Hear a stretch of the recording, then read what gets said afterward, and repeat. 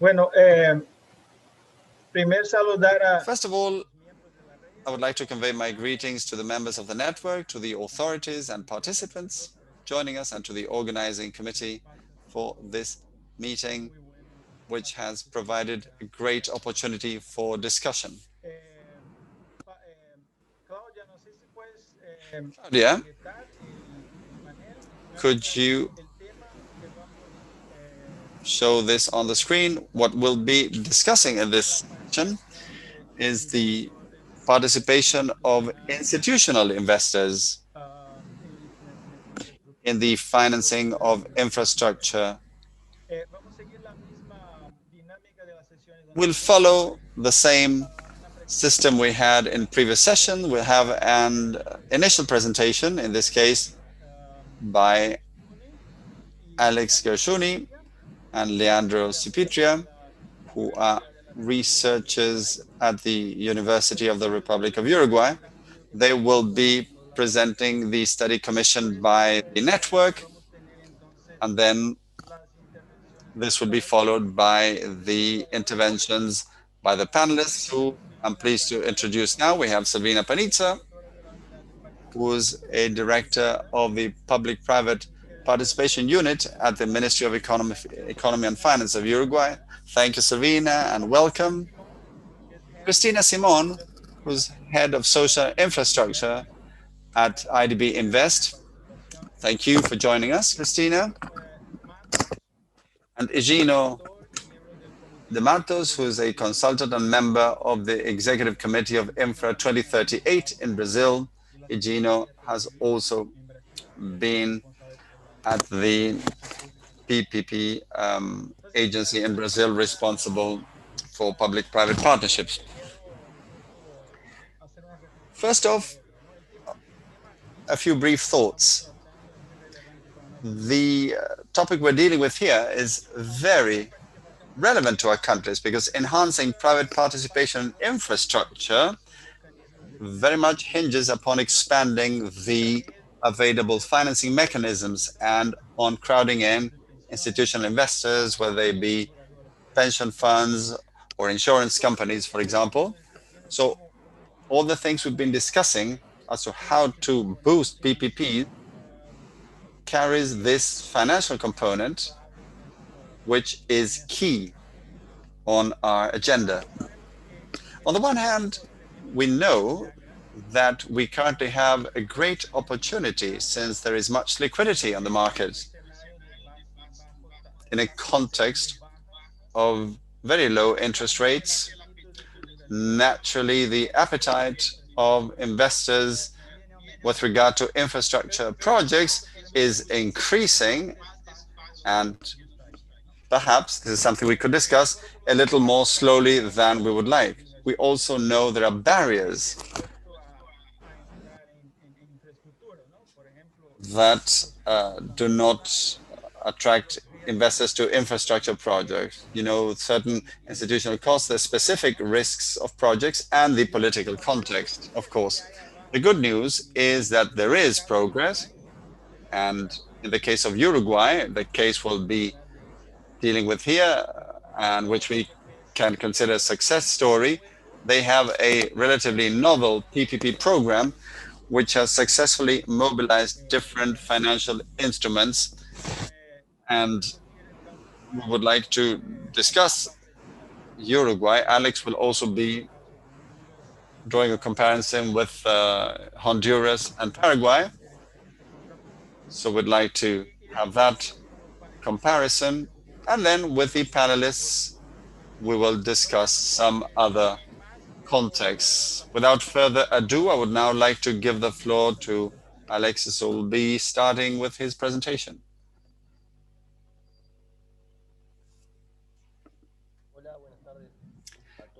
Hello there, and good afternoon. Thank you very much.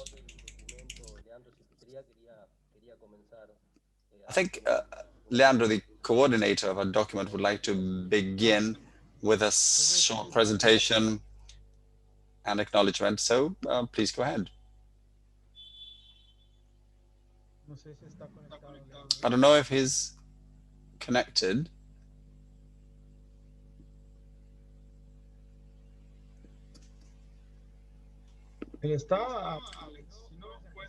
Is he there, Leandro? Otherwise, you can just go right ahead. I think he is online. He must have some mic issue. Anyway, in any case, I can start off.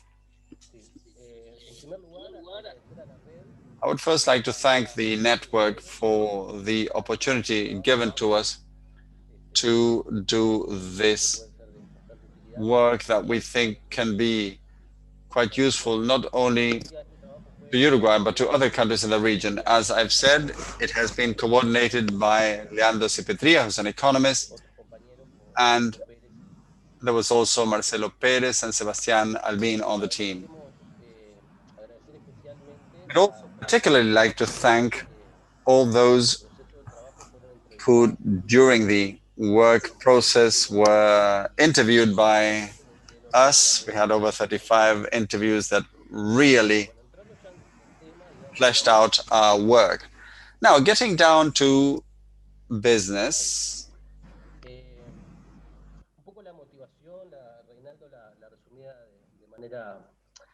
the motivation was clearly summarized by Ronaldo. The investment needs an important role of the public sector, including the private financing to improve development aspects related to infrastructure in Latin America, made us shine a spotlight on three smaller countries. We first picked Uruguay and then added another two countries. And the question we asked was this: Uruguay is clearly not a leader in matters relating to PPPs.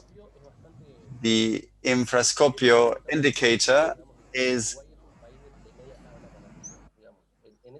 one that places Uruguay halfway down the line. Saying that Uruguay is a leader is somewhat of an exaggeration, but for other countries in the region, this may be a great thing, because oftentimes using the best in class as a benchmark may not be the best thing to do, because there are many conditions that do not necessarily exist in our context. But we think that the experience in Uruguay in these past 10 years, ever since the PPP law was enacted, may prove useful to other countries that have a similar size in terms of their economies. So, in a nutshell, let's share some of the experience in Uruguay. Although it's a small country, Uruguay has two major strengths that provided the foundations to build the PPP program on. Although it's a small country, it is very stable, as reflected by a number of indicators, not just in macroeconomic, but also social and institutional stability, limited corruption, full democracy. This was all a great advantage. Besides, Uruguay had pension funds, which, following a reform in the mid-1990s, created private savings arrangements that over time generated resources with the attached regulations that supported these processes. And this was part of the basic foundations of PPP implementation in Uruguay. All along, it was considered that the pension funds had the funds and the regulations in place in order to step in. And based on those foundations, Uruguay was able to build a PPP system and set of regulations consistent with international standards, and it was able to build the needed capacity to carry this forward. And Uruguay received much support from other countries and from a number of multilateral organizations. So Uruguay began these projects. In fact, there are 14 that have been 18 actually that a part of the project phase, and all of them required different had different requirements and structured necessities, and yet we found some common elements to all of them. Just to give some that stand out in looking at Uruguay's structure, there was always a situation where the payments came from administration and were subject to 100% availability criteria. So that is something that stands out in Uruguayan project. There were no type of financial guarantees seeking from the private sector, and the private sector, from the design, construction, operation, and funding, that commitment was all with the private sector. So two key points to mention is that, first of all, the demand risks were always left to the side of the administration. And the second key point that I will discuss in more detail, especially at the beginning of the structuring, the projects would be paid for in Uruguayan pesos with the corresponding adjustments. Now, that in regard to funding. Now, here, this chart summarizes the projects that, and they're part of the document. These are the projects that have financial closures, others that are still pending, with their financial closure is pending in a few days. So in this chart, we can basically we have two takeaways from the chart, and then we'll discuss this a little more in the lessons learned. It's important to highlight the experiences in the first project that had to do with it was a $90 million project dealing with a penitentiary reform, and looking at the retirement funds, the promoter, looking at how it structured the project. Finally, they were able to establish reasonable terms. They created a project with bond issuance that were all purchased through the banks, and especially the insurance banks. So the experience of the project, although it was successful, it lasted. It had reasonable financial conditions, and yet the this experience, I think, leaves a very important lesson with regards to the pension funds. The pension funds, these are investors in a wide diversity of investments, and this was their first opportunity to participate in the funding of an infrastructure project. And although maybe they didn't have the appetite at first, they realized that some of the advantages of funding a project of this nature, and these challenges, I think, highlight the difficulties found after with regards to the funding of subsequent projects.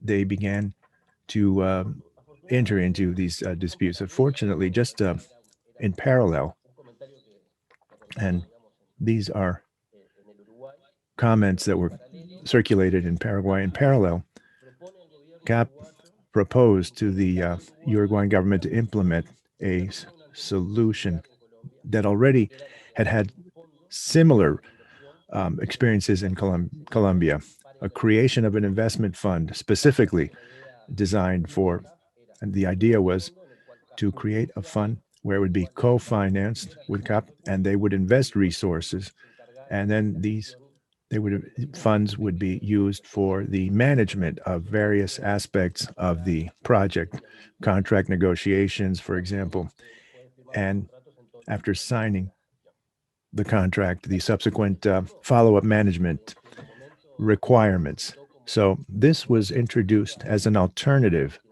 one additional funding alternatives in Uruguay, and it played an extremely important role. In the tables here, you can see clearly that with the launching of this fund, it participates now in all of the subsequent funding of projects. And although we haven't finished with the financial closing, we can see the level of participation. Two other elements, very briefly.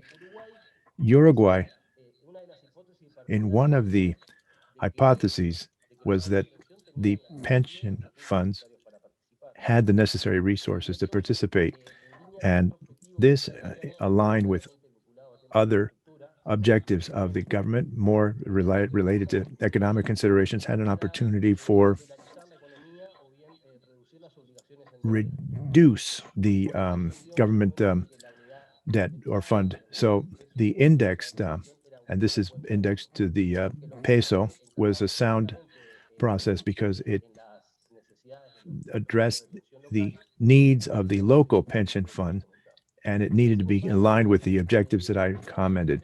However, in the middle of the process, it was very evident that this condition reduced significantly the supply of funding, especially with the funding when the unit of payment is the dollar. So Uruguay, halfway through the process, understood that they learned about this difficulty, understood the implications, and so they added the dollar as a unit of payment, up to even half of the payment could be made in US dollars, the other half in pesos. So this change was significant because it allowed other stakeholders to come in and provide financing. So there's another factor that Invest, for example, was able to participate that became involved in various projects. It's still participating, and it played a key role in order to fund the largest project, which deals with the railroad renovation, the Ferrocarril Central in Uruguay. And just as another topic that was discussed at length in our interviews that has to do with the terms in regards to Uruguay's with the projects that were already went through the financial closure, and as they continue with the financial closure process with the remaining projects. Just to conclude, and here I'll go a little faster, although Uruguay is a small country, it had some significant advantages with regards to these infrastructure projects. They did everything that needed to be done, and they have sound institutional capacities. And it was clear that probably one of the biggest lessons here was that it had they had the resources as well as the regulatory framework that was sufficient and necessary for the investment of funds. However, we need to understand that the revenues required another vehicle. And so IVAPAN played a major role in terms of CEFAM. CEFAM played a key role. Well, we have 5 more minutes. So in the case of, let me just move a little faster.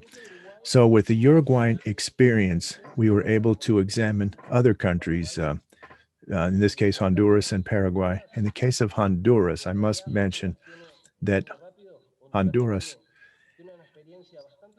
has significant experience in funding infrastructure projects, and yet its funding structures and schemes are not as efficient in that usually they're short-term funding that require corporate guarantees and are not very well leveraged. So we see this evident in the projects that were implemented since the PPP legislation was passed, despite the fact that what we've seen, the pension funds have, they're subject to the regulations and liquidity that's necessary. And they also, there's a lot of interest shown in that regard. It's very similar to Uruguay. Overall, with regards to the financing aspects, there's one example that somewhat is separate from this, but it's an interesting case to analyze, having to do with a $220 million project working on the governmental center, where there were 7 commercial banks involved. So the money that was obtained, and this is again a more international standard funding project with the leveraging, with the corporate involvement, with extended terms. And secondly, it shows that the pension funds were interested in participating in a project of this nature. So it was successful. But what's most interesting here is that just like what we saw in Uruguay with the financial closure of the penitentiary system remodeling, this is very similar to what we saw with the funding in with the Uruguayan project. However, we see that there are major capacities, and they a lot of effort was expended in order to manage this. So in this regard, the recommendations for Honduras is based on what we saw with the project. We can see that after the funding of the penitentiary facility, they have the liquidity, they have the regulatory framework, and yet the complexity of the structuring of this type of project is a little beyond of what they would prefer to have with their institutions. So it was a fairly linear structuring, and perhaps the incorporation of a similar fund like the fund in Uruguay would be a very great learning experience for Honduras. Now, in the case of Paraguay, it was very different. What we see in the case of Paraguay is that the beginning was very different from the case of Uruguay. And on the basis of this, Paraguay structured its project looking externally. So really, it depends a lot on the size of the project that is being bid upon. This is a road construction project. The project basically they were able to achieve the funding that was necessary. And secondly, after 30, well, the 30-month terms are fairly extensive. But just to summarize, the 30 months of financial closure is basically related to aspects with expropriations and other conditions in the construction of this road. So to conclude, one of the first conclusions that we arrived at in the study is that institutional stability is a fundamental precondition required for the PPP to be successful. So the recommendation, I may be a little overambitious, to improve by improving institutional stability, you can improve the access to funding. But I think one thing that they have accepted quite a bit as a starting point, look at the institutional environment that will be governing the implementation of the model. And secondly, based on Uruguay's experience, as well as in Honduras, I think these are very instructive lessons with pension funds that have liquidity and that they want to participate in projects. These are all necessary preconditions, but it's not enough. Even with all of these conditions, the funding is not going to just come out of there naturally. That's why looking at the Uruguayan experience, we have to look at the importance of the role of these other funds that, just to comment, if we look at the investment funds like the CAFAN, as well as the international investment funds and the important role that they play beyond CAFAM to provide the funding, we need to I think over the next few years, these can play a key role in funding the infrastructure development in Latin America. And Latin America, I think, has the resources and attractiveness to bring these funds in. Thank you. Very interesting. And I think the conclusions of the study are very interesting because they show or they talk about the necessary conditions. There may be pre-requirements, but they're not enough in themselves. So with that, I offer the floor to the panelists, starting with Silvina. Silvina, you have participated in this initiative based on your experiences in Uruguay. I'd like to ask, looking at instruments, financial instruments, and the engagement from institutional investors, and maybe expanding a little further, what are some of the challenges, the key challenges with the PPP programs in Uruguay, and what were the factors that led to successful outcomes?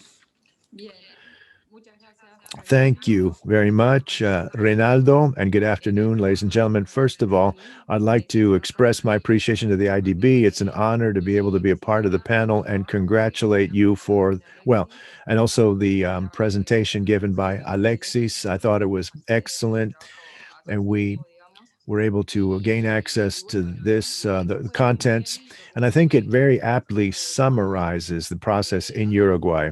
Sometimes it's difficult to put compile all the contents, especially covering a 10-year process, including the weaknesses, the challenges, and with the road ahead. So congratulations to you, and we totally support what Alexis had referred to. If I were to just summarize the challenges, I would state that at the very beginning, you need to have a regulatory framework that and standards that are well selected and structured to attract enough to attract international concessionaries and expand the funding pool. So I think that was really the starting point.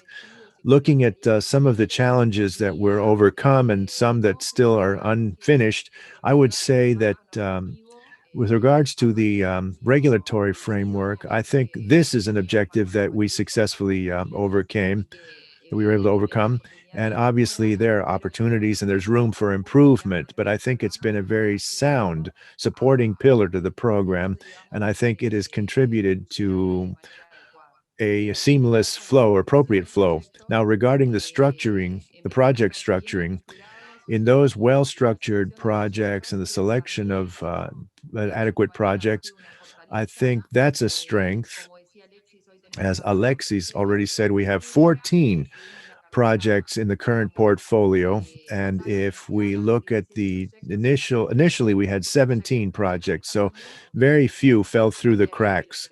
So we could say in that regard, the selection was fairly and screening was fairly successful in that the projects that we decided to go forward with have successfully concluded. Some of them have been funded. Some of them we still haven't signed the contracts, and others we've already achieved the total financial closure.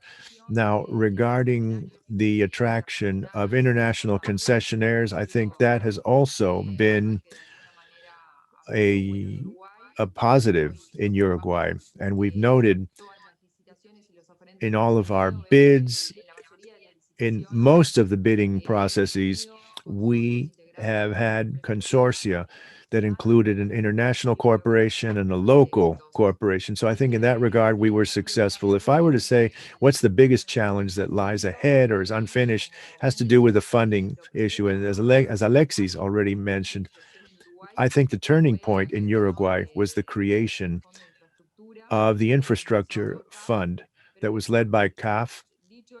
But having said that, and with the understanding that projects today have funding and they are available, there are challenges ahead. And I think a lot of it has to do with attracting additional external financing. And one other important thing that we have done is that to a certain extent, we were able to make adjustments to the strategy. And halfway through, we had asked at first that the transactions all be done in the local currency, and we decided to make the currency issue a bit more flexible in order to make the external funding even more attractive. So we have been able to achieve with IDB Invest, that was very important. In fact, a crucial factor in the restoration of the railroads, the Ferrocarril Central. So I think the diversification of financial instruments and attracting more investors are the reality here is that there's a lot of room for improvement and opportunities for improvement. But I think projects have been able to get in local investments as well through funds. So there are excellent opportunities for attracting more external investments and the PPP projects in construction, for example. And once the construction phase has concluded, we'll now be in operational phase where I think we've overcome some of the greatest risks, and that's an excellent opportunity to attract again foreign investors for investing in the local these projects or providing the equity for, as Hugo mentioned, in the current context, you have with I think it's very timely given that the interest rates that are at all-time lows or real lows that will translate into lower refinancing rate. And I think proof of that was that at the end of last year, when during the first project was launched in Uruguay, restoring the penitentiary or the renovations of the penitentiary, we received a special fund in infrastructure invested in the region, created by Aberdeen and Lequa from Colombia that became the main investors in these initiatives. So I think that is where the challenges really lie when we look at, again, the subordinate role that this plays with the projects. And we still have time. Again, it's at a fledgling stage. And so we still have time to conduct evaluations, and there's still an adequate room in order to overcome some of these obstacles. Thank you, Silvina. Very interesting. I think how this has evolved in increasing equity participation. I think that's a very interesting point. So now I move on to Cristina. Cristina, could you please just expand a little bit more with this in terms of institutional investors and looking at other specific cases throughout Latin America and the Caribbean region? Could you just identify some specific cases and examples that would serve as takeaways? Thank you. Thank you for the kind invitation, Reynaldo. The fact is that in practice, the institutional investors, especially in Greenfield, the participation is fairly meager right now. We estimate that it's lower in Latin America, probably about 5% of of infrastructure project investments. However, in the last few years, we have seen an increase. In fact, one of our roles in IDB Invest is to increase levels of participation and to, as we've done it in the case of Uruguay, to follow this up and play a role in other countries as well. Now, regarding as how this participation is unfolding, I think we see it more naturally expressed in the refinancing with brownfield, in particular in some of the smaller markets. This is the case of Chile, for example, where the insurers and pension funds have now they've already made some headway and they've been involved in refinancing once the project has, and the construction risks are already left behind us. So now I think they are able to successfully enter and creating and having the capacity to assume these risks. These are perhaps more risky structures as relating to construction. In other countries, well, we have perhaps with less experience and less developed, we see structures of international institutions involved. But here you have more guarantees provided by the government and assuming more risks in terms of certain guarantee of payments during construction phases, such as in Peru. And it's true that this allows them to go to international capital markets with very competitive prices. Yet, unfortunately, the market understands that it's a country risk. In the case of Peru, for example, a little more expensive, but since it's a country risk in the case of Peru, the contracts imply that the government is assuming greater risk or guaranteeing to a certain extent the construction associated risks. So these differences are again attributed to the maturity and the evolution of the markets. We're seeing slightly different cases, such as in the situation of Uruguay and Paraguay as well, where, and in the case of Paraguay, it's significant because they haven't had prior experiences with large infrastructure projects financed by international capital. But as your example shows, in the case of with Alexis's example, it's true that this requires a much greater effort in order to achieve the financial closure. And there's a lot of effort behind that, significant effort behind it. It's just as an example, the fact is that you need, in order to bring in institutional investors, you need to have a market that is broader, that is a certain track record and developed, and in the PPP market. And it is feasible also in younger markets, but I think that level of maturity is significant because as institutional investors are already more familiar and have already participated in order to generate the necessary know-how within the management process or with their managers. And in this case, there's another issue that was already raised by Alexis and Silvina. In other words, you need to have that sound regulatory framework that will encourage these investors to come in. And sometimes it's not that easy, and it hasn't evolved to the fullest extent. I think Brazil is undergoing some changes in this context. They're trying to ensure that there's more infrastructure content within the projects submitted for bids. Thank you, Cristina. So the issue regarding the risk assumed by the government, if you see the case of Uruguay, which is surprising because the projects are usually, well, many countries have already transferred this to the private sector. The demand risk, just to give you an example. Uruguay has decided to take on that risk. All of these factors weigh in on the equation at the end of the day. I will now move on to Gino and will switched to Portuguese to the interpreter's despair.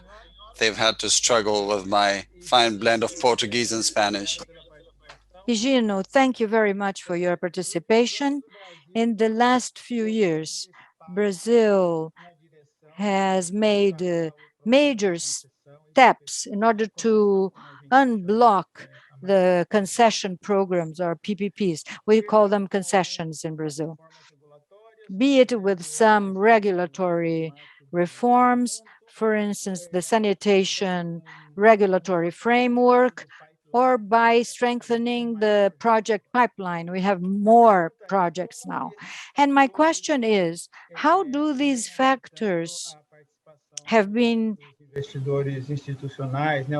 the attraction of institutional investors such as pension funds and others? How have these factors increased or decreased the participation of foreign investors in Brazil, institutional investors in Brazil? First and foremost, I'd like to thank you for the invitation. I'd like to apologize, but I'd rather speak in Portuguese with instead of trying to speak Portuñol, because you might think that Brazil is growing worse instead of improving. So I apologize for not speaking Spanish. But anyway, catching up with Brazil in the last few years, the background explains what we are living today. Brazil, 6 years ago, in 2015, went through a very severe crisis, where was the car wash graft probe that showed that many companies were involved in scandals. Many infrastructure construction companies were involved in the scandal of the probe. And so they could no longer take part in this market. And the BNDES, the Social and Economic Development Bank, had its action curtailed. So we had a profound crisis.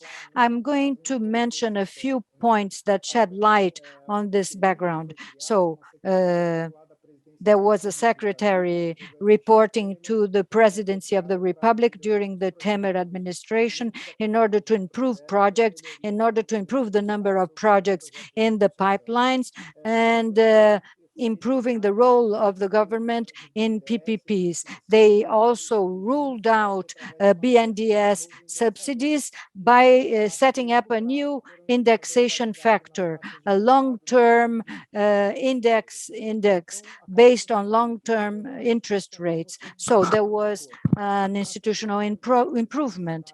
Then we have very low interest rates, and as Cristina mentioned, infrastructure projects were approved in 2016, 17, but now the context has changed, and they are financed by individuals too. So in Brazil, there is a different composition of funding infrastructure. Individuals can take part in it. I think it's a Brazilian anomaly to finance infrastructure. So major financiers are the Social Economic Development Bank, individuals, banks who also bought infrastructure debentures. Just to give you an idea, 6 years ago, infrastructure debentures were below BNDES by 55 billion. Today, they have exceeded BNDES subsidies. It has grown by 7. BNDES subsidies were halved, so we had an inversion in the financing of infrastructure. But now the BNDES has undergone a big change. They are trying to reduce the financing rate, and it's acting more as a guarantor of projects. So they are fostering the structuring of projects. And that's very good because that increases the project pipeline. The BNDES has a lot of experience, and by becoming a grantor, it can help fund the projects. So we have a more solid rationale, when we use government money, when we compensate private money, still talking about individuals financing infrastructures. In addition to buying infrastructure debentures, 120 investment funds were set up for infrastructure debt. That's a lot, almost 130,000 investors for infrastructure debentures. It peaked at 180,000. Now it went down to 130,000 because of the epidemic. Well, one of the things we see now, it's better financeability, better structured projects, because in addition to the federal government, states and municipalities in Brazil have also developed their own PPP projects with small construction companies.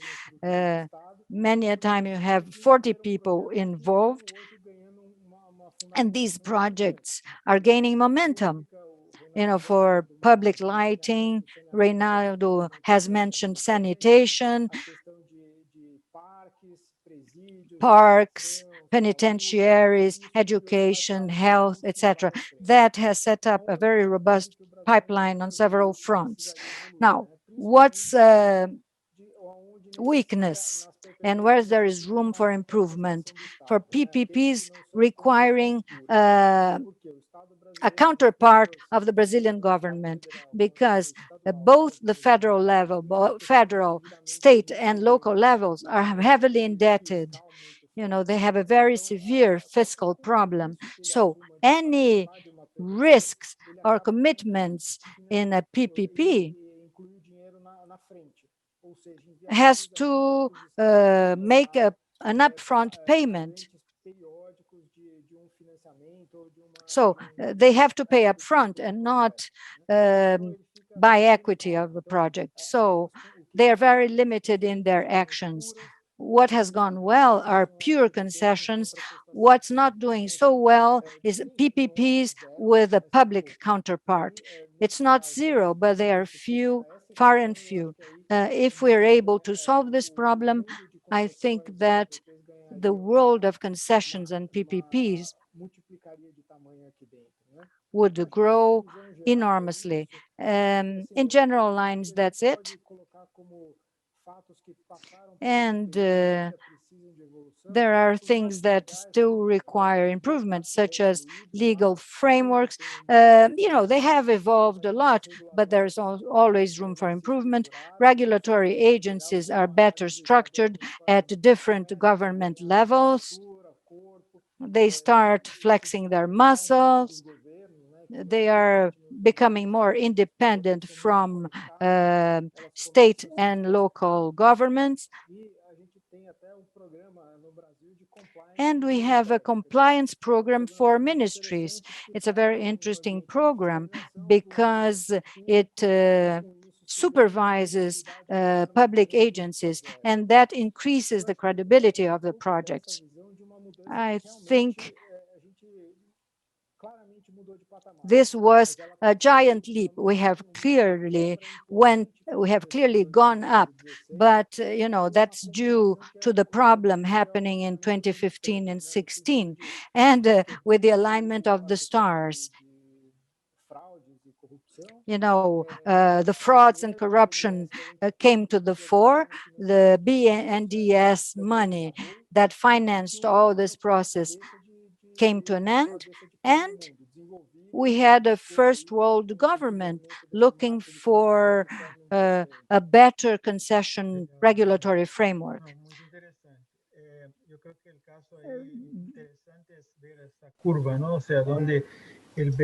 I think what is interesting there is to see the curve and how the funding is coming more from the market as opposed to BNDES. It's been an interesting process. along the way. And what Igino mentioned about individuals who can invest in infrastructure not through a pension fund, but through bonds, for instance. Now, as to pension funds, pension funds in Brazil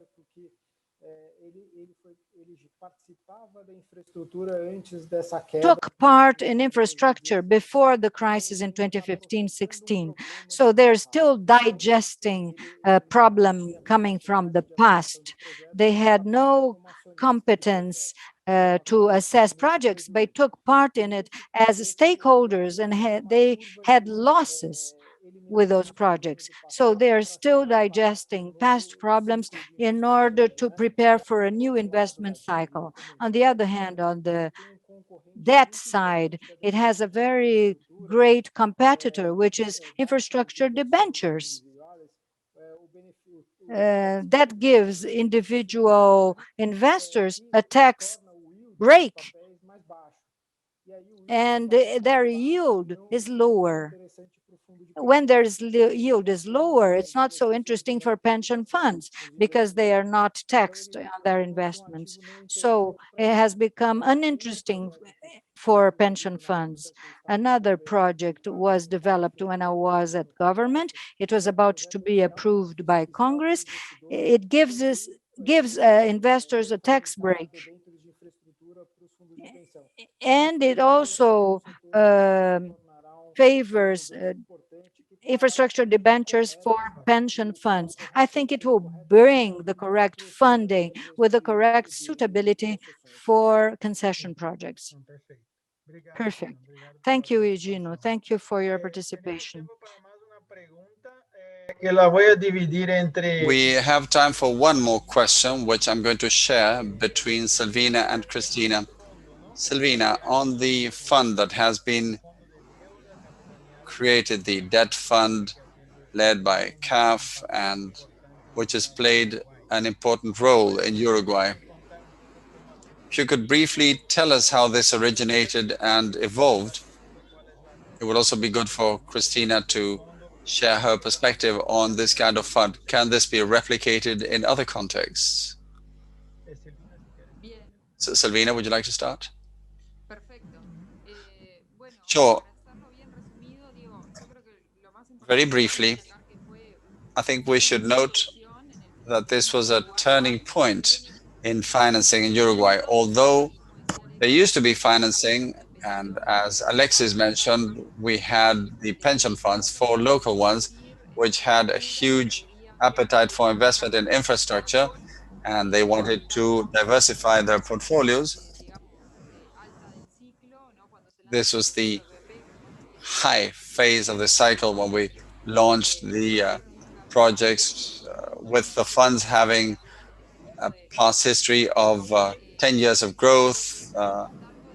What was still missing was an outsourcing of the analysis, the negotiation, and follow up of projects.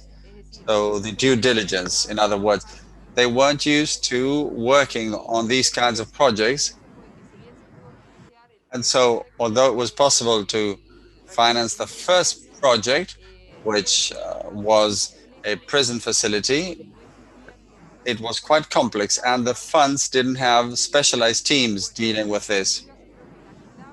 So ultimately, I think that was key. There was a substantial demand on the part of pension funds to outsource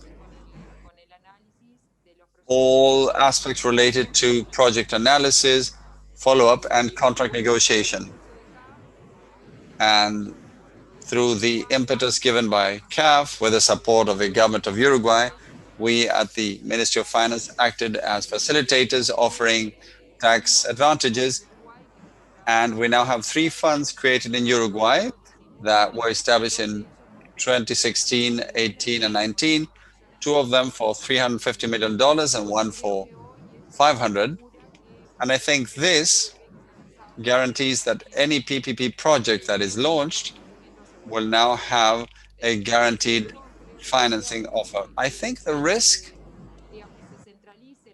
would be the concentration of financing offer on these infrastructure funds, thereby displacing the financing offers by other actors. This is why I mentioned the change of strategy in Uruguay in order to allow the bidders to index payments related to availability, at least a part of that in dollars. In the case of the Central Railroad, this was allowed up to 100% because this way we open up opportunities for external financing aside from the infrastructure funds for them to step in. I think that would be the summary. Thank you, Savina.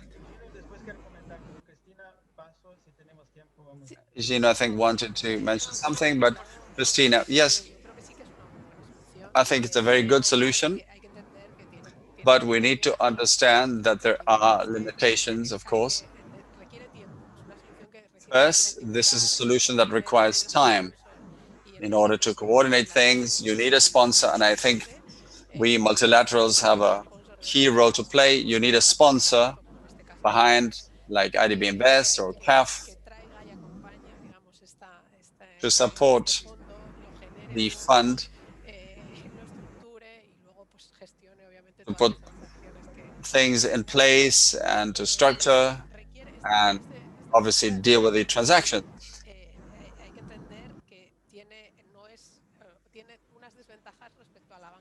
And there are some disadvantages vis-a-vis commercial banks. In markets where commercial banks are highly active and competitive, such as in the case of Chile, this solution is often preferred due to its greater flexibility, especially as regards greenfield projects, because of the flexibility and the possible refinancing. The structuring takes more time. It takes longer to close the financing, and this requires somewhat greater work as far as the structure is concerned. This also needs a lot of work to attract the funds for them to put in their money, and there has to be an element of trust underlying all this, whether it be a multilateral source or a local public bank. We have been working for a long time with Menes to do something like that in Brazil, but it does require a lot of time, effort, and work. And of course, it can bring solutions in local currency, which in some markets are not available or not very broadly for a large infrastructure project. And it can attract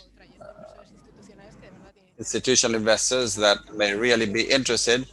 And this really matches the kind of projects we are dealing with. Thank you very much, Christina. I think the key here is diversification, to have a synergy amongst different instruments so that there is no one dominant instrument. Gina wanted to refer to a case in Brazil. Just something that I would like to mention regarding coffee. Specifically in Brazil, we would like to do something similar in Brazil. They created a structure incredible with BNDES and with the other partners. However, the competitiveness regarding the tax, interest tax here is in terms of individual investors, they put it a lower interest rate, and then the funds were not actually created. This is a major challenge here in Brazil to create some kind of product that will be similar. I would like to express my gratitude to be here sharing all these ideas with you all. Bon. So we've reached the end of our panel. I would like to thank you all, Alexis, Silvina, Christina, and Gino. It's been a great discussion. We have food for discussion all afternoon, but I think we've been quite good in keeping to our planned time, and thank you all for your contributions.